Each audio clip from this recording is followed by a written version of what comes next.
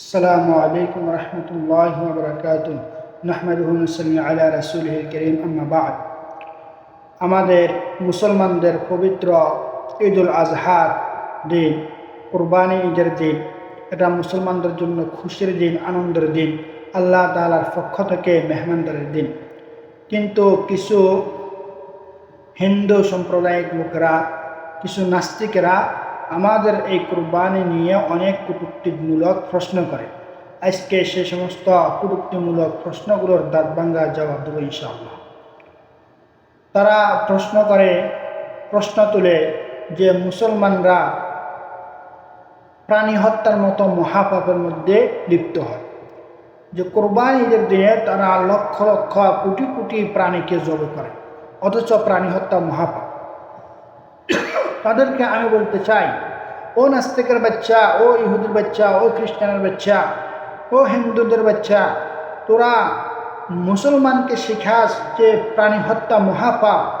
মুসলমান প্রাণী হত্যা করে, তোমাদের প্রাণীর প্রতি এত দরদ হয়ে গেল, তো তোমরা তো মুসলমানদেরকে গুলি করে পাখির মতন উড়িয়ে দিতে দ্বিধাবোধ করো না। তো মানুষ হত্যা, এটা প্রাণী হত্যা থেকেও কি তোমাদের কাছে নগণ্য? তাদের কাছে মানুষ হত্যা করা এটা কোনো ব্যাপার না, কিন্তু প্রাণী হত্যা করা এটার মূল্য আছে না, এরকমও না। তারা কি প্রাণী হত্যা করে না? আমরা মুসলমানরা যেভাবে সুন্দরভাবে আমাদের কোরবানির জন্তুটাকে আমরা সুন্দরভাবে গোসল দিয়ে, শ্যাম্পু দিয়ে, সাবান দিয়ে গোসল করে, তাকে খাইয়ে দাইয়ে, তাকে আমরা রেডি করে, তাকে উত্তম জায়গায় সুন্দর করে শোয়াইয়ে জবে করে, তোমরা তো এরকম মানবতাও দেখাও না।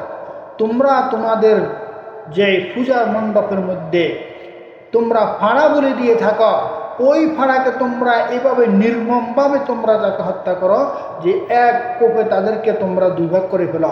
এটা কোন ধরনের প্রাণী হত্যা? এটা কি এই প্রাণী হত্যা কি মহাপাপ না? এরা শুধু এই সমস্ত প্রশ্নগুলো করে মুসলমানদের ব্রেনকে ওয়াশ করতে চায়, মুসলমানদের অন্তরের মধ্যে খটকা লাগাইতে চায়, মুসলমানদেরকে ষড়যন্ত্র করে ইসলাম থেকে দূরে নিয়ে যেতে চায়, এছাড়া আর কিছু নয়। আবার তারা প্রশ্ন করে যে একদিনে যদি এত প্রাণী, তারা লক্ষ লক্ষ কোটি কোটি প্রাণীকে হত্যা করে, তাহলে পরবর্তী বছরে প্রাণের সংকট দেখা দিবে।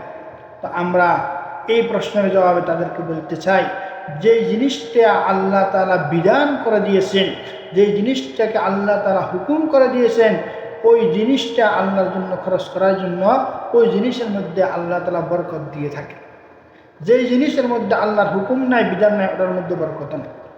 এই জন্য যে ছাগল, গরু ইত্যাদি এগুলো বছরে একটা বা দুইটা সন্তান জন্ম দেয়, তো এগুলোর মধ্যে আল্লাহ এত বরকত দিয়েছে যে প্রত্যেক বছর কুরবানি ঈদের দিন লক্ষ লক্ষ কোটি কোটি প্রাণী জবে করার পরেও পরবর্তী বছরে একথা কেউ বলেনি যে পরবর্তী বছর কোরবানি করার জন্য জন্তু পাওয়া যায়নি, জন্তুর সংকট হয়ে গেছে।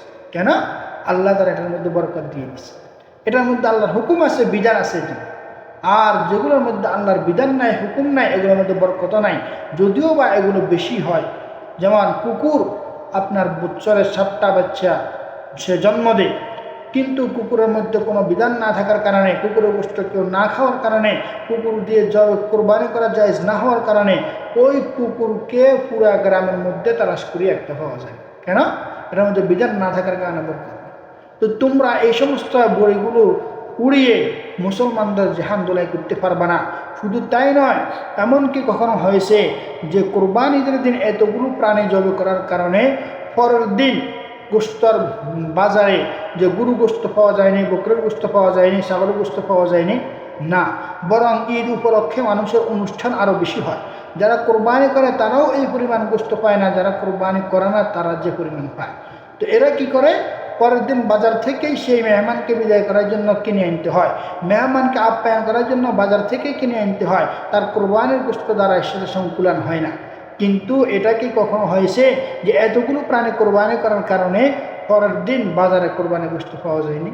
না, এরকম পাওয়া যায়। তো তোমরা এই সমস্ত যে প্রশ্নগুলো করে মুসলমানদেরকে এরকম ব্রেন ওয়াশ করতে পারবে না।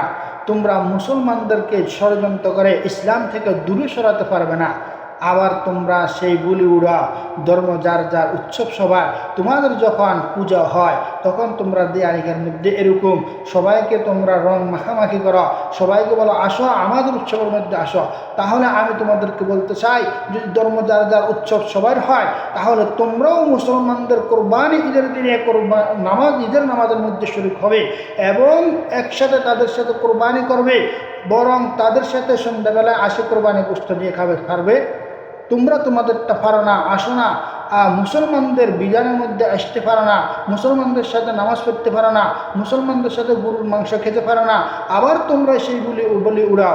ধর্ম যার যার উৎসব সবাই, এগুলো মুসলমানদেরকে বোকা পাইছে না? না, এ ধরনের হিন্দুদের এই সমস্ত ষড়যন্ত্রের মধ্যে পড়বেন না, তাদের এই সমস্ত বুড়ির মধ্যে কান দিবেন না, তাদের সাথে সাম্প্রদায়িকতা মেনে চলবেন না। আর আপনি একজন মুসলমান, আপনি আল্লাহর গোলাম, আপনি আল্লাহর বিধান মেনে চলবেন। আল্লাহ তাআলা আমাদেরকে কথাগুলো বুঝার এবং সে অনুযায়ী আমল করার তৌফিক দান করুন। ওয়া আখিরু দাওয়ানা আলহামদুলিল্লাহি রাব্বিল আলামিন।